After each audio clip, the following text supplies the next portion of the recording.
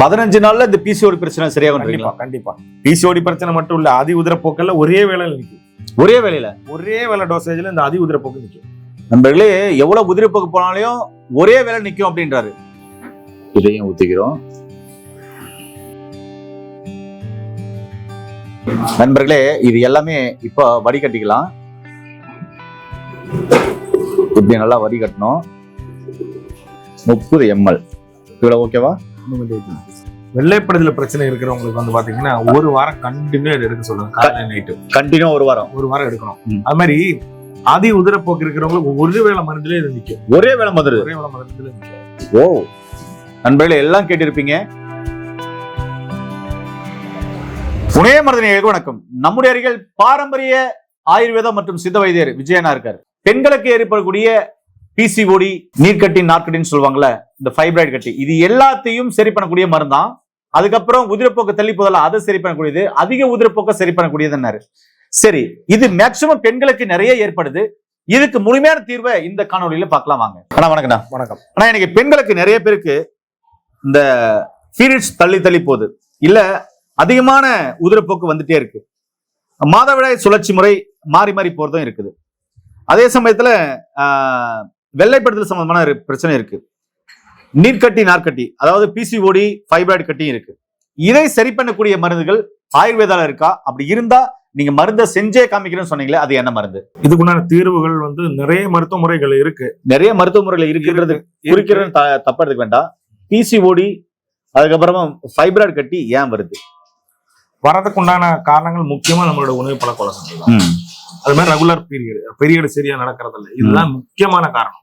முக்கால்வாசி நீங்க பாத்தீங்கன்னா ஒரு 40 வயசுக்கு மேற்பட்ட பெண்களுக்கு பாத்தீங்கன்னா ஃபைப்ராய்டு கட்டி கண்டிப்பா இருக்கு. இந்த ஃபைப்ராய்டு ப்ராப்ளம் இருக்கிறவங்களுக்கு வந்து வெள்ளைப்படுதல் பிரச்சனை இருக்கும், அதி உதிரப்போக்கு இருக்கும். சரி, இப்ப வந்துருச்சு, என்ன செய்யலாம்? அதுக்குண்டான தீர்வு தான் இது. சரி, தீர்வு தரக்கூடிய மருந்துகள் என்னென்ன, எப்படி செய்ய போறீங்க? மருந்துகள் என்னன்னு பாத்தீங்கன்னா சோத்துக்கத்தாழை. நண்பர்களே, இங்க பாருங்க, சோத்து கத்தாளுடைய ஜெல் எடுத்து வச்சிருக்கோம். தெரியுதுங்களா? சோத்து கத்தாளுடைய ஜெல் இது என்னன்னா கஸ்தூரி கல்ப ரசாயனம். கஸ்தூரி கல்ப ரசாயனம் இது. அதுக்கப்புறம் இது பாத்தீங்கன்னா தேன், உங்களுக்கு தெரியும், இது தேன். சரிங்களா? இது 3ல இருந்து தான் அந்த மருந்து செய்ய போறாங்க. இது எப்படி அப்படின்றத செய்முறையா நாம அண்ணங்கிட்ட கேட்கலாம். ஆனா செய்முறைக்குள்ள போயிடலாமா? கண்டிப்பா. ஆனா இப்போ செய்முறைக்கு போறதுக்கு முன்னாடி இதை பத்தி கொஞ்சம் விளக்கமா சொல்லுங்களேன். இது வந்து பாத்தீங்கன்னா சோத்தக்கத்தாழை இருக்கு இல்லையா, குமரி என்று அழைக்கக்கூடிய இறப்பில்லா மருந்து தான் கத்தாழை. கத்தாழைக்கு வந்து இறப்பே கிடையாது. கத்தாழை நீங்க தூக்கி எங்கேயோ ஒரு பக்கம் போட்டு ஒரு 6 மாசம் கழிச்சு பாத்தீங்கன்னா அது உள்ள இருக்கிற ஜெல் அப்படியே இருக்கும். எப்படி முறையா நம்ம பயன்படுத்தணும்னு பாத்தீங்கன்னா, நல்லா சுத்தி பண்ணணும். 7 முறை நீரிலையும் ஒரு தடவை நீர் மோர்லையும் சுத்தம் பண்ணணும் தான் சித்தர்கள் சொல்லுவாங்க. இப்போ நம்ம அதை வந்து 7 முறை சுத்தி பண்ணி தான் இதோட ஜெல் எடுத்து வச்சிருக்கோம். இப்போ ஒரு 4 கிளாஸ் எடுத்திருக்கோம். ஒரு சின்ன ஃபார்முலைக்கு சொல்றேன் நான். 4 கிளாஸ் கற்றாழை சாரம் நம்ம எடுத்திருக்கோம். இதுல வந்து இப்ப சேர்க்க போறது பாத்தீங்கன்னா 100 ml கஸ்தூரி கல்ப ரசாயனத்தை சேர்க்கிறோம். 100 ml தேன். இதையும் சேர்த்து மிக்சியில அடிச்செடுக்கணும்.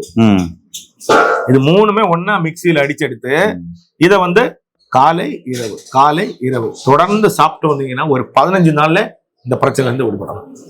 15 நாள்ல இந்த பிசிஓடி பிரச்சனை சரியாகும். கண்டிப்பா. பிசிஓடி பிரச்சனை மட்டும் இல்ல, அதி உதிரப்போக்கல்ல ஒரே வேளையில நிற்கும். ஒரே வேலை டோசேஜ்ல இந்த அதி உதிரப்போக்கு நிற்கும். நண்பர்களே, எவ்வளவு உதிரப்போக்கு போனாலும் ஒரே வேலை நிற்கும் அப்படின்றாரு. பிசிஓடி, ஃபைப்ராய்டு கட்டெல்லாம் 15 நாள்ல கண்டிப்பா. 15 நாள் என்ன நடக்கும்? நீங்க ஃபர்ஸ்ட் வந்து ஸ்கேன் பண்ணி வச்சுக்கணும். ஓகே, எத்தனை mm இந்த கட்டி இருக்குன்றது கர்ப்பப்பை ஸ்கேன் எடுத்துக்கணும். அந்த கட்டி எத்தனை mm இருக்குன்னு பார்த்து அதுக்கு தகுந்த மாதிரி டோசேஜ் நீங்க எடுக்கணும். அதுக்கு நீங்க அருகில் உள்ள ஒரு ஆயுர்வேத டாக்டரை அணுகி அவரோட ஆலோசனைப்படி நீங்க எடுக்கலாம். சரி, இப்போ நீங்க ஜென்ரலா இருக்கிறவங்களுக்கு சொல்லுங்களேன், எப்படி செய்ய போறீங்க? இப்போ செஞ்சு காமிக்கிறேன் வாங்க. இப்ப செய்முறைக்குள்ள போலாம். கர்ப்பப்பை நீர்க்கட்டி, நார்க்கட்டிக்கு மருந்து என்ன செய்ய போறீங்க? ஃபர்ஸ்ட் இது என்னது? கொஞ்சம் ஊத்துங்க. இது என்னது? சோத்து கத்தாழை ஜெல். எவ்வளவு? கொஞ்சமா ஊத்துங்க. ஊத்திட்டேன். போதுமா? பண்ணிருங்க. ஓகே. அதுக்கப்புறம் கஸ்தூரி கல்பத்தை எடுங்க. கஸ்தூரி கல்பம் இது எவ்வளவு? 100 ml இருக்குமா? கொஞ்சம் ஊத்துங்க. 50 ml ஊத்துங்க. அதுல 50 ml. ஓகே. தேனா அதுல பாதி ஊத்துங்க.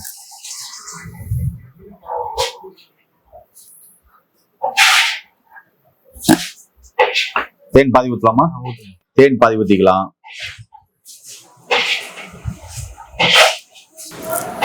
இனி இதை மிக்சியில வச்சு அடிச்செடுக்கணும். மிக்சியில வச்சு அடிச்செடுக்கணும். அடிச்செடுத்து வடிகட்டி எடுக்கணும். இப்போ இதை மிக்சியில அரைச்சிக்கலாம்.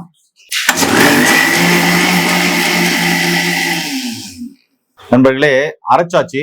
இப்போ ஊத்திக்கலாம். இப்போ பாருங்க, நம்ம ஊத்த போறோம். இது மாதிரி நல்லா ஊத்திக்கிறோம். நண்பர்களே, இது எல்லாமே இப்போ வடிகட்டிக்கலாம். இப்படி நல்லா வடிகட்டணும். பாருங்க, கீழே பாத்தீங்கன்னாக்க நல்லா வடிகட்டுறது தெரியுதா உங்களுக்கு? நல்லா வடிகட்டிட்டு அதுக்கப்புறம் எடுத்துக்கலாம். நண்பர்களே, இப்போ இந்த பிசிஓடி சம்பந்தமான பிரச்சனைகளுக்கு, கர்ப்பப்பை சார்ந்த பிரச்சனைகளுக்கு மருந்து ரெடி ஆயிடுச்சு. இங்க பாருங்க, மருந்து ரெடி ஆயிடுச்சு. இந்த மருந்தை பாத்தீங்கன்னாக்கா நம்ம குடிக்க போறோம். இதை எவ்வளவு குடிக்கலாம் அப்படின்றத என்ன கிடைக்கலாம். ஆனா எவ்வளவு ஊத்தலாம்னா 30 ml. 30 ml. இவ்வளவு ஓகேவா? இந்த அளவுக்கு நண்பர்களே, இந்த அளவுக்கு சரிங்களா? இந்த அளவுக்கு குடிக்கணும். ஆனா இது எப்படி குடிக்கணும், எப்படி எத்தனை வேலைனா? காலைல வெறும் வயிற்றுல எடுக்கட்டும், இரவு சாப்பாட்டுக்கு பிறகு எடுக்கட்டும். அதாவது காலையில வெறும் வயிற்றுல, நைட்டு சாப்பிடறதுக்கு முன்னாடி. அப்ப வெறும் வயிற்றுல தான் எடுக்கணும். இதை எடுக்கும் போது இரவு சாப்பாட்டுக்கு பிறகு எடுக்கட்டும். காலையில வெறும் வயிற்றுல, நைட்டு சாப்பிட்ட பின்னாடி. இது எடுக்கும் போது என்ன மாதிரி பத்தியங்கள் இருக்கணும்? நான்வெஜ் சுத்தமா, மாம்சாகாரங்கள் எதுவுமே சாப்பிடக்கூடாது. நான்வெஜ் எதுவுமே எடுக்கக்கூடாது. எதுக்குமே இதுதான் இதனோட பத்தியம். ஓகே, வேறனா? காய்கறிகள் எல்லாமே சாப்பிடலாம். எல்லாம் சாப்பிடலாம். இது எவ்வளவு நாள் சாப்பிடணும்னு சொன்னீங்க? 15 நாள் உங்களுக்கு ரிசல்ட் தெரியும். ஓகேண்ணா. ஒரு மண்டலம் அவங்க சாப்பிடலாம். அதிகமா ப்ராப்ளம் இருக்கும், இன்னும் கொஞ்ச நாள் சாப்பிடலாம். இந்த வெள்ளைப்படுதல் சம்பந்தமான பிரச்சனைகள் இது ஒருவேளை கேட்குமா? வெள்ளைப்படுதல பிரச்சனை இருக்கிறவங்களுக்கு வந்து பாத்தீங்கன்னா ஒரு வாரம் கண்டினியூ எடுக்க சொல்லுங்க. காலையில நைட்டு கண்டினியூ ஒரு வாரம் எடுக்கணும். அது மாதிரி ஆதி உதிரப்போக்கு இருக்கிறவங்களுக்கு ஒரு வேளை மருந்துல இது நிற்கும். ஒரே வேளை மருந்துல நிற்கும். ஓ, நண்பர்களே, எல்லாம் கேட்டிருப்பீங்க. கர்ப்பப்பை சார்ந்த பிரச்சனைகளுக்கு மிக அற்புதமான மருந்து. ஆனா வேற ஏதாவது சொல்ல விரும்புறீங்களா? வேற சொல்ல விரும்புறதுன்னா, ஒரு சில பேர் இது செய்ய முடியாதவங்க என்ன பண்ணணும்னு பாத்தீங்கன்னா, இதே மாதிரி சோத்துக்கத்தை ஜெல் எடுத்து ஜூஸ் எல்லாம் அடிக்க வேண்டாம். சுத்தமா 7 தடவை கழுகி இரவு ஒரு போல்ல போட்டு வச்சுக்கணும். ஒரு 50 கிராமோ 100 கிராமோ போட்டு வச்சுட்டு அதுல சிறுதேனை விட்டு அது வச்சிருக்கணும். வச்சிருந்துட்டு காலையில வெறும் வயித்துல சாப்பிட்டுட்டு வந்தீங்கன்னா பிசிஓடி பிரச்சனைகள் சரியாகும், அதிகுதிர போக்கு சரியாகும், இந்த ரெகுலர் பீரியடு கரெக்டா நடக்கும். புரியுங்களா? அது கர்ப்பப்பை சார்ந்த அனைத்து பிரச்சனைக்கும் அது ஒரு டிப்ஸ். அருமையா வேலை செய்யக்கூடியது. என்ன நண்பர்களே, தெளிவா அற்புதமான ஒரு மருத்துவ தகவலை உங்களுக்கு அற்புதமா விளக்கியிருக்காரு. கண்டிப்பா கர்ப்பப்பை சார்ந்த பிரச்சனை உள்ளவங்களுக்கு கஸ்தூரி கல்ப ரசாயனம் கிடைத்தால் அதையும் அதுல மிக்ஸ் பண்ணி வச்சுக்கலாம். மருந்து கடையில கிடைக்கக்கூடியதான் கஸ்தூரி கல்ப ரசாயனம்.